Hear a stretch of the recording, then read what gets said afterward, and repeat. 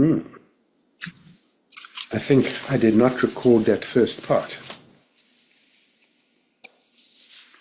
So, what is also pretty common in shamanic cultures all over the world is, you could call it a map, an idea of the spirit realm. And so our ordinary everyday experience, like what we're having right now, you could say is occurring in what would be called the middle world. M-I-D-D-L-E, the middle world. And the middle world is where we usually do not have that much of a connection with the spirits. Now, certainly it's absolutely is possible to connect with the spirits in the middle world. But generally speaking, people have not much connection with the spirit dimensions when they're in the middle world. Now, having said that, there is absolutely a shamanic practice of calling the spirits in to be present with us in the middle world. That's one of the very strong shamanic techniques or shamanic practices. But usually what one does in shamanism is we travel to other parts of the map to meet the spirits, in a sense, on their home ground, on their home turf. So there's the middle world where we can call spirits to come and be with us, but usually in a shamanic journey, we travel to meet the spirits in what is traditionally called either the upper world, U-P-P-E-R, the upper world, or the lower world, L-O-W-E-R. Definitely not. You want to really take this terminology on. The lower world, you do not call the underworld. You do not mix them up. The underworld is not a piece of shamanic terminology. I know it's sometimes is brought into how people might describe things in the shamanic spiritual realm, but it's not terminology that I use, and it's not terminology that I would like you to use either. The upper world and the lower world. Now, both these places are places of compassion, of love, of kindness, of benevolence, of help, of healing, of power. They're highly, highly, not just desirable places to visit, they are essential places to visit.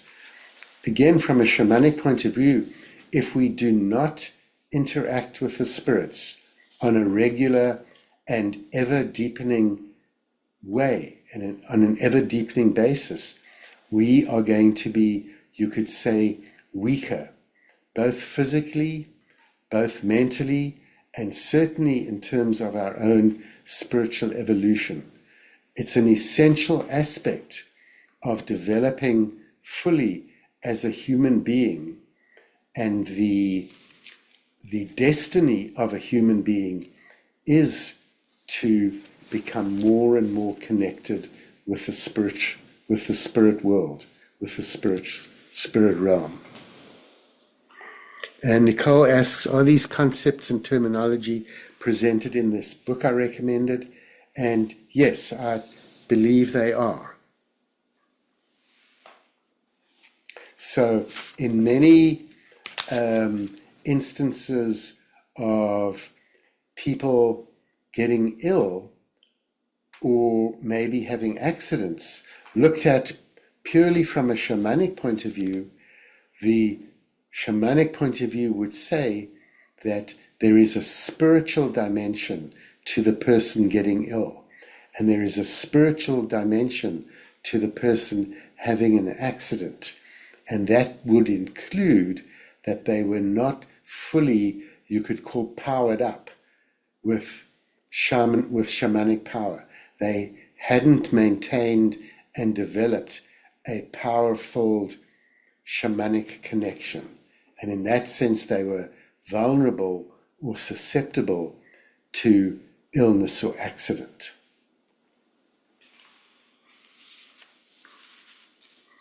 So the shamanic journey is the essential technique, the essential method of deliberately connecting with the spirit world. Now, of course, probably most of you have had experiences of connecting with spirits in some other way, and maybe even in a random way. Maybe you've just been doing something, often in nature. Nature is very conducive to connecting with the spirits. Maybe you've been out in nature and just had a very strong sense of a spirit connection. And absolutely that happens, and it's valid and is desirable.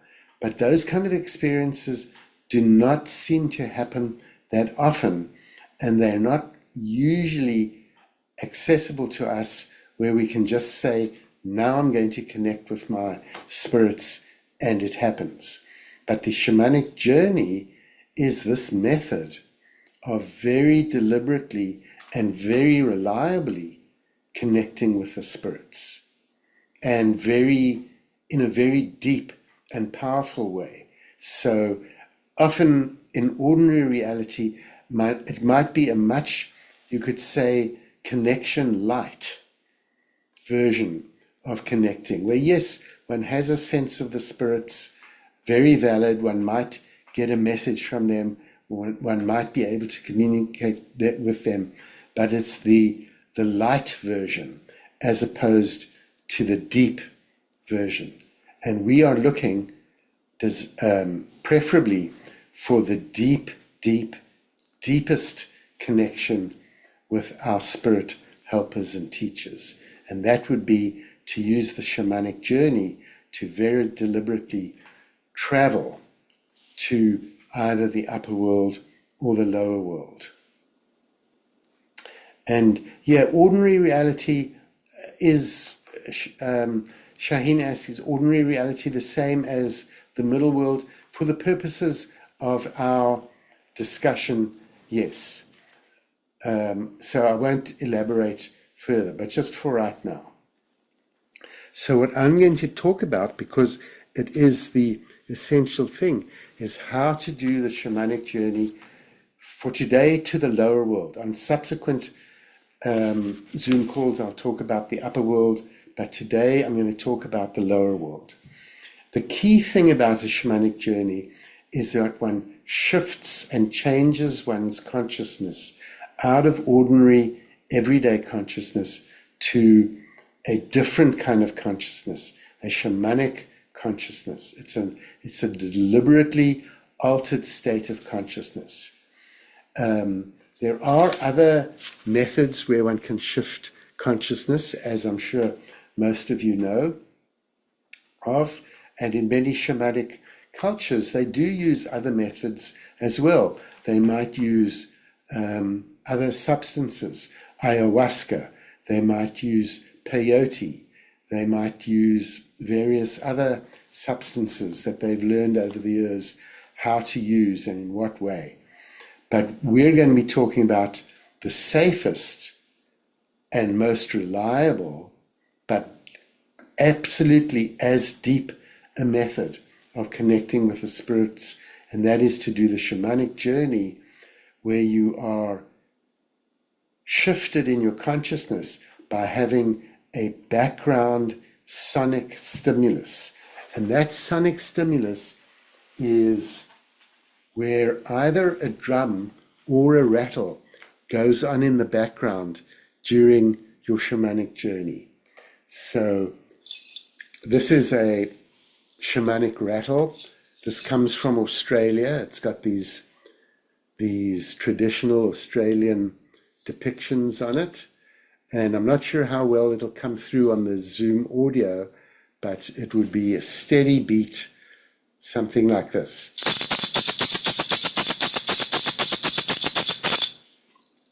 There are other kinds of rattles. These are my pride and joy. These are deer claws, very loud.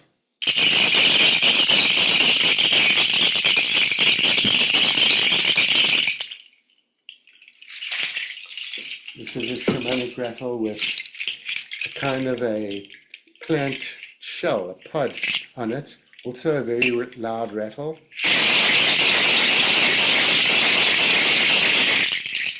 Fantastic. And certainly you can have a very made thing, a Mexican maraca. The point being to be able to have that steady background beat. Very traditionally in shamanism, though, a drum is used, especially if it's in an environment where it is not too humid. So in South America, you're more likely to have a rattle because a drum skin, a hide, doesn't do so well in that humid, wet environment of a South American jungle. But in North America and in Africa and other places, Siberia, a shamanic drum is used. And these are just some examples. So this is a smallish one. And this is the shape. And the sound, again, it's a very steady, ongoing beat, would be. Now this sound today is on the high side because of the humidity. This is an actual hide drum. I'm not sure exactly if it's deer or buffalo, but it's affected by the humidity. This is another shamanic drum which I made. Also on the high side, the sound, because of the humidity. So that's why if you're going to buy one, which eventually you will want to, this is an artificial drum skin. It's made by Remo, the drum company. You can find it on Amazon. It's called a buffalo drum. And you get it in different sizes. This is the largest. I think this is 16-inch. But you get a 14-inch, you get a 12-inch. The only thing about the larger one has got a wonderful sound, but it is quite heavy. And you need to get used to the weight. So you might be more comfortable with a smaller one. The big benefit is that it is not affected by humidity and temperature.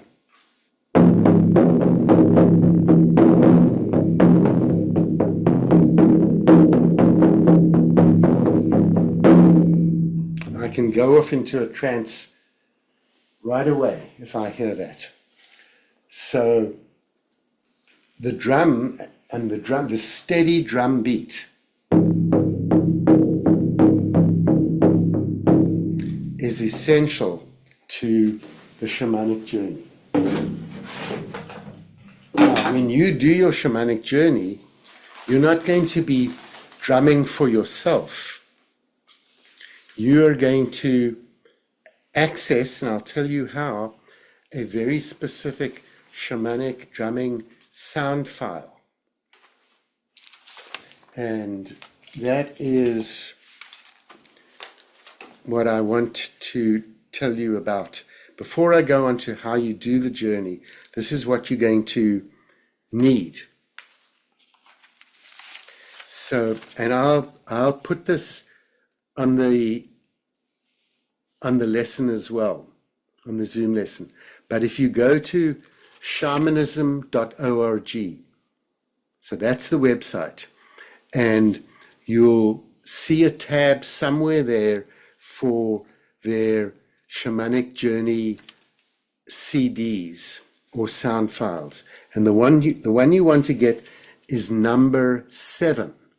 Definitely number 7. There are others, but the one I recommend is number 7, and it's called Michael Harner's Shamanic Journey Multiple Drumming. So that's got a number of people drumming at the same time. That's the one you want to get. And you can either order it as a CD, which you have to then obviously put on a CD player, or you can order it as an MP3, an audio file, which you then put onto your phone. So when you do the shamanic journey, which I'm going to soon get round to describing how you do it, you will have headphones on. You're not going to listen through speakers. That's not as effective. You must have headphones on, plugged into your phone or your CD player, and on that you're going to listen to the shamanic journey drumming from this specific sound file. The MP3 costs $11 and the CD costs $15.50. And it's going to the very best shamanic organization that you could ever want to support, the Foundation for Shamanic Studies. There are, if for some reason you do not want to buy the sound file, there are 2 apps. I don't know if they're available on Android, but on the iPhone, there are 2 apps, and the one is called Drum Journey by Mindful Bear Apps. Mindful Bear, B-E-A-R apps. You can purchase that for $1.99. And then there is also a second choice is Shamanic Journey Drumming. And this must be by a German person called Frauke Rottwein, F-R-A-U-K-E, Rottwein, R-O-T-W-E-I-N. Those are the only 2 apps for the iPhone I would recommend. There are other things that you can find, but they're no good. So you need your phone with a sound file on it or your CD player. You must have headphones. You must have something to cover your eyes. You must have a notebook and pen. And ideally, preferably, something to record your journey. Because when you do the journey, you are going to speaking it out, you're going to narrate it out loud. You're literally going to be lying there, relaxed, comfortable, on your back, in a dark room. And as you go through the journey, which I'll explain, you will be saying out loud what's happening. You know, for example, I'm going down and down and down, and I see this and I see that, and then I see the spirit. Whatever it is, you'll be speaking out loud the entire journey. Now, it might sound to you as if that'll be challenging and would distract you from the experience. But on the contrary, the more you use this method of speaking out loud, the more it will engage you in the experience and the less likely you are to be distracted. Because one of the pitfalls of journeying, especially when you are inexperienced, is that you get distracted out of the journey experiences. Like you start thinking of, oh, what about this? What about that? What am I going to have for lunch? You know, that's just the monkey mind that we are all struggling with. So if you are lying there listening to the drums and speaking your journey out loud and recording it, you'll have less likelihood of being distracted. Plus, the big thing is obviously you'll have this record of your journey, which you can go back to again and again in the future and listen to, and probably find that your journey was even more meaningful than you initially thought. Plus, if needs be, you can share the audio recording with your partner, or if I request that you send the audio recording to me, you can do that. So I would say it's virtually essential to have a recorder. Now, if you've got an old iPhone or any phone lying around, that is going to have a recording thing on it. So you would just start the journey, got your headphones on, playing your sound file through the one iPhone or phone, and then on the other phone, which you've got close to you, you could even have it on your chest, you are recording what you're saying. That's the ideal setup. So it's a little bit of technological paraphernalia, which obviously they did not have 40,000 years ago, but unfortunately, we're not living in a shamanic culture, but we've got all these technologies to take advantage of. Now, when I do a class with a whole group of people, they're not all lying there listening to their phones. There, I'm drumming out loud. So there, I've got 10 or 20 people lying in a circle around me, and I'm drumming loud, drumming live.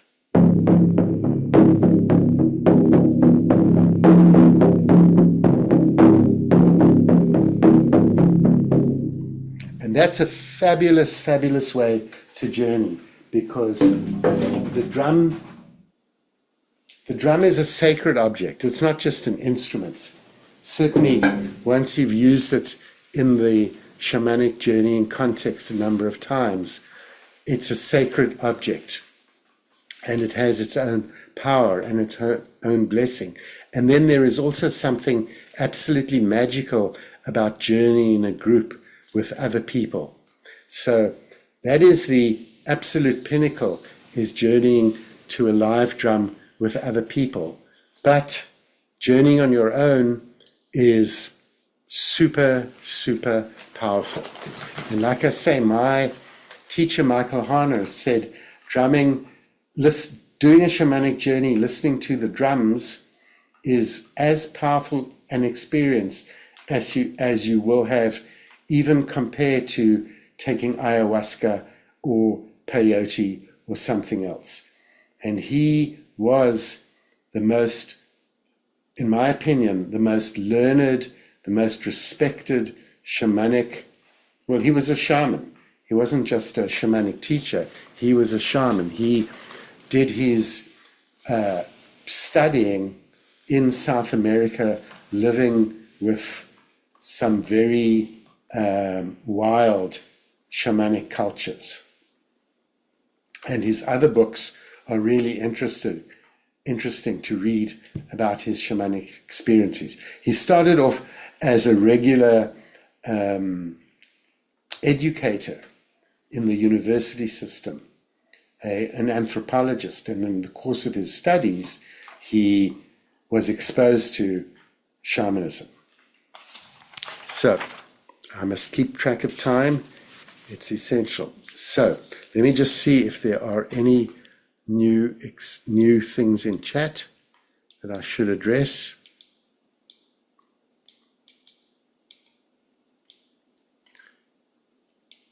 No.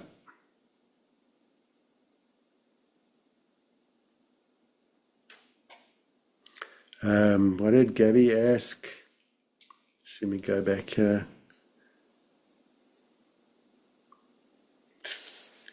Thanks, Terry. It's lovely to be with you too. So number 3, Gabby, you asked me to repeat number 3, the thing that's common in every single shamanic culture. Yes. So common to every culture, even though they might possibly use different terminology, is that the spirits are our helpers, our teachers, our allies, our healers, our protectors, and without maintaining a strong relationship with the spirits, we are not as power-filled and spiritually evolved as we could be. It's a concept, it's a particular concept in shamanism, the idea of being power-filled. Now, obviously, not being a deranged power maniac. That's not the meaning at all. But having power is a key shamanic concept, and that one's health, one's ability to help oneself, to prosper in the world in every dimension that the word prosper could mean, and to help others, to help one's community, is affected by how power-filled we are. And that one's, by continuously and regularly connecting deeply with the spirits, one is power-filled.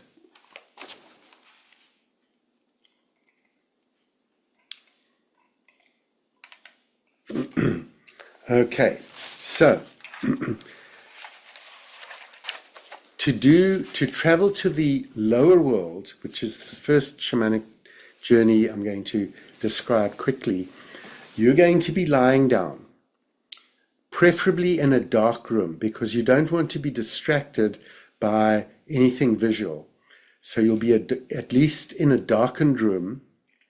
A bed is okay, but you definitely don't want to fall asleep. So you should not, it's preferable to not do a shamanic journey when you're tired, because then if you're lying in a dark room and you're nice and comfortable and your eyes are covered, yes, you are quite likely to fall asleep. So it's better to do a shamanic journey when you're feeling fresh and vital and not about to fall down with tiredness. So, but you will do it in a darkened room. You'll lie down, you'll get comfortable. To put a bolster under your knees is good. Now, if for some reason you're not comfortable lying down, maybe you've got some sort of back issue, whatever, then by all means, journey sitting up. But usually, most people find that the most comfortable position is lying down. So you'll be lying down, you'll have your phone or CD player giving you the sonic stimulus through the headphones. You'll have your other recorder or phone that you can record your narration. You'll have a notebook so that immediately after the journey, you can write down any things that you have noted that were especially intriguing. There might be questions that you want to bring to me. It's very good to have a notebook. Just let me get rid of this. Okay. You're going to put on your CD player or sound file, and you are going to imagine that from a very particular starting point that you've chosen, and I'll describe that, you travel down and down and down and down, because to get to the lower world, you must go down, not sideways, because remember, you're beginning in the middle world. If you go sideways, you're just going to meander in the middle world. If you go up, you're going to get to some other place, which is not where you want to go for a journey to the lower world. So to get to the lower world, you see yourself going down. Now, you have to, in advance of the journey, choose a starting point that you use over and over. It could be that you're walking in nature, because nature is good, and you see a hole in the ground, and you climb down that hole, and you find that there are the roots of the tree, or even steps, or even a tunnel, and you follow that down, down and down and down, and eventually you'll emerge into a new landscape. It won't be where you started. It'll be a new landscape of the lower world. Or maybe you are, again, out in nature, and you're just on a pathway that travels down and down and down. And you go down that path, and you go extensively down until all of a sudden you feel or you recognize that you've emerged into a new landscape. You could even be something very, very materialistic and not in nature, although nature is good. It could be that you get into an elevator and you press the button for the lower world floor, and you go down and down and down and down. You want to go extensively down. And when the doors open, you emerge into the lower world. So the point is, you are going to choose the starting point from which you can comfortably and easily imagine yourself going down. So the first part of journeying does require you to use your imagination, almost as if you're telling yourself a children's story about the person who happens to be you, who went down and down and down and down and down and down and down and down and down and down, and finally emerged into this new landscape, the spirit realm of the lower world. And what's wonderful about the lower world, beside the fact that it's different and has all kinds of aspects which are fascinating to explore, but the key thing is the lower world is the realm where the spirits of the lower world abide or live. And what characterizes, this is a fundamental point that I haven't yet mentioned, is that the spirits that you meet in the lower world will show themselves usually in an animal form. You don't need to think in advance what that animal might be. You want to keep your mind absolutely open that when you go down to the lower world and you eventually emerge into the new landscape and you walk out or float out into this new landscape, you will meet, this is your intention, your primary purpose and your primary intention is to meet a spirit in animal form, and in the lower world that is called a spirit helper. Now when you go to the upper world, those are called spirit teachers, and they usually manifest in a more human-like form. But for your homework, you are going to do, your first journey will be to the lower world. So you will have your starting point. You don't want to choose it as you are about to journey. You want to have chosen it before you start your journey. Maybe it's a tree that you go down the tree roots.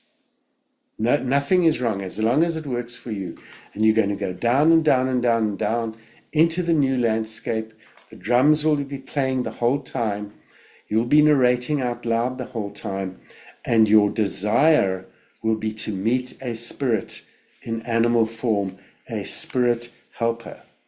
On your very first journey, you might see the spirit only vaguely. Maybe it's just a vague outline, or maybe just eyes.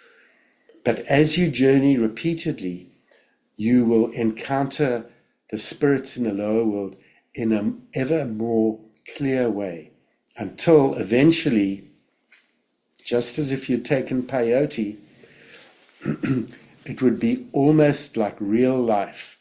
It would be as if you have stepped into a new reality and you are actually seeing and interacting with something that is as real as the table or the door or the rattle.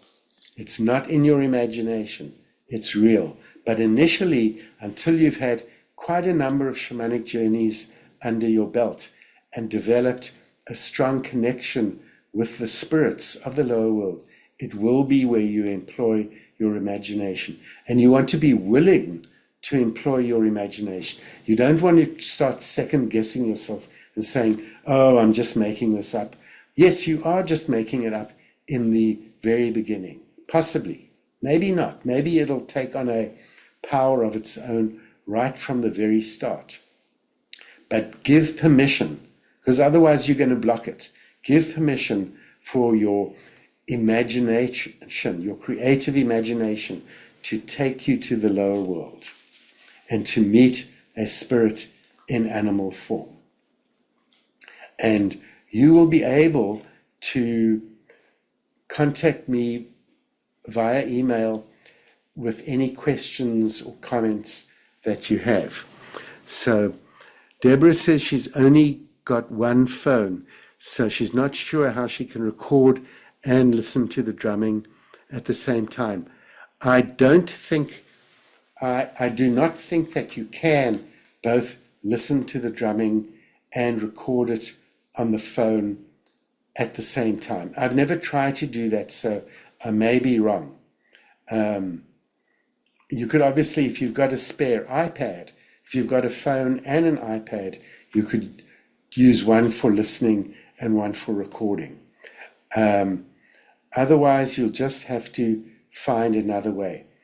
Good question, Nicole, which I didn't yet address, the time. So when you buy these CDs or audio files from the website, you will see that there are two. One is 15 minutes and one is 30 minutes. And what I recommend is in the beginning, for your first two journeys, you select the 15-minute journey. There's nothing wrong with 30 minutes, but while you're kind of getting your journeying sea legs, as they might be called, I would say stick with the 15-minute one. And then, so if that goes well, you can certainly do a 30-minute one. Now you're going to have, and Katie said, can you use plant medicine? No, absolutely not. Not for what we are doing. It's fine in other contexts, but not for learning how to do a shamanic journey.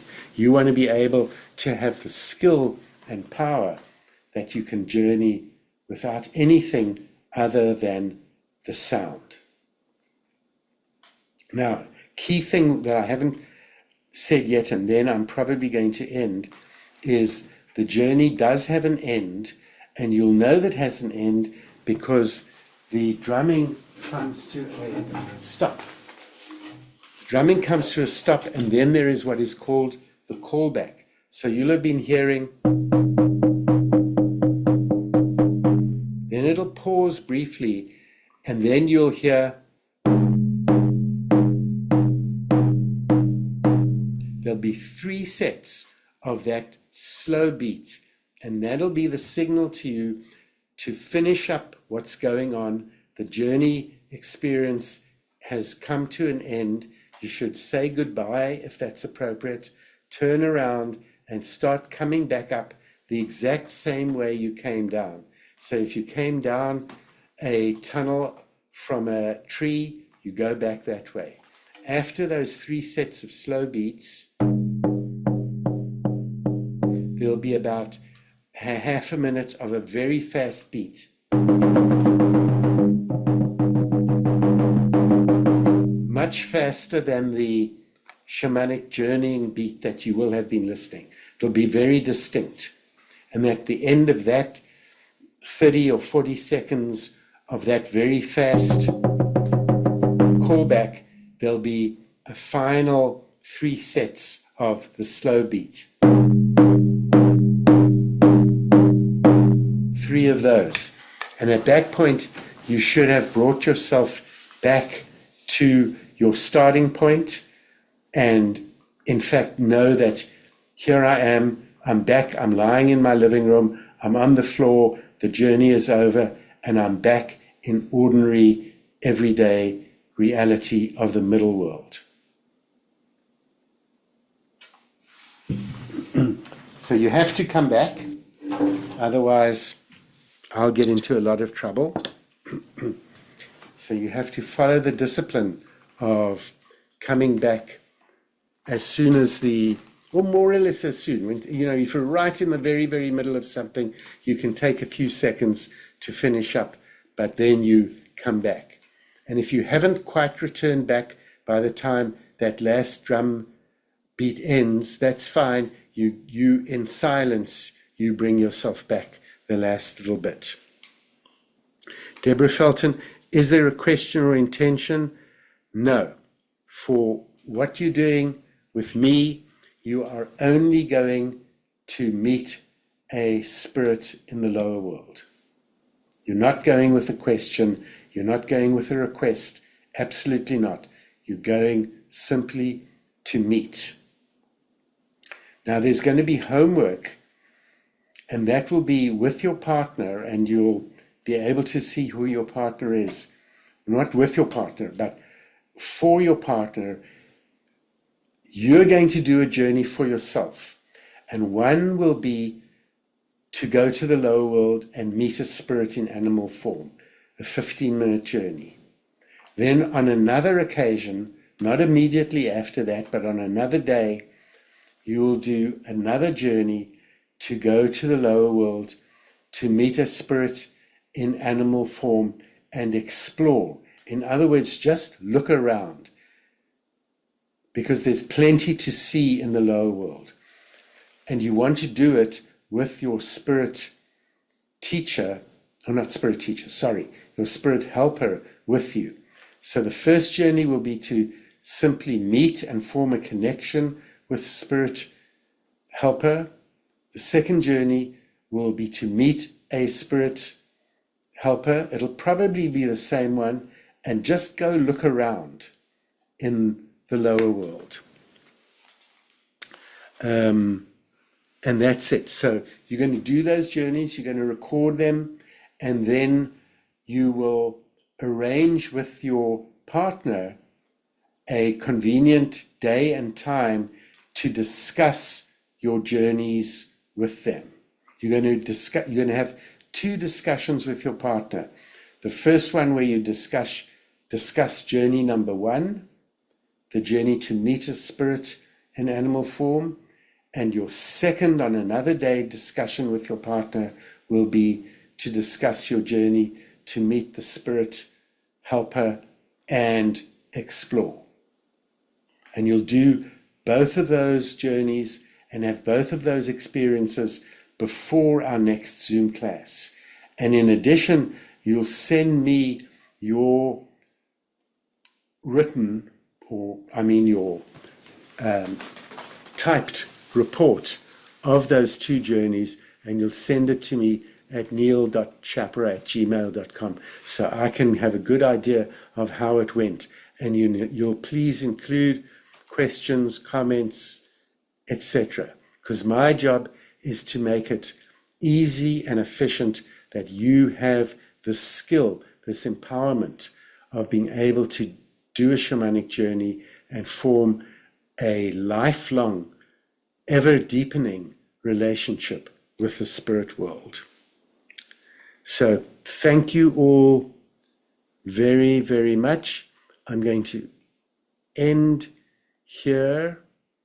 And as I say, anything, feel absolutely free. There are no bad questions, no stupid questions.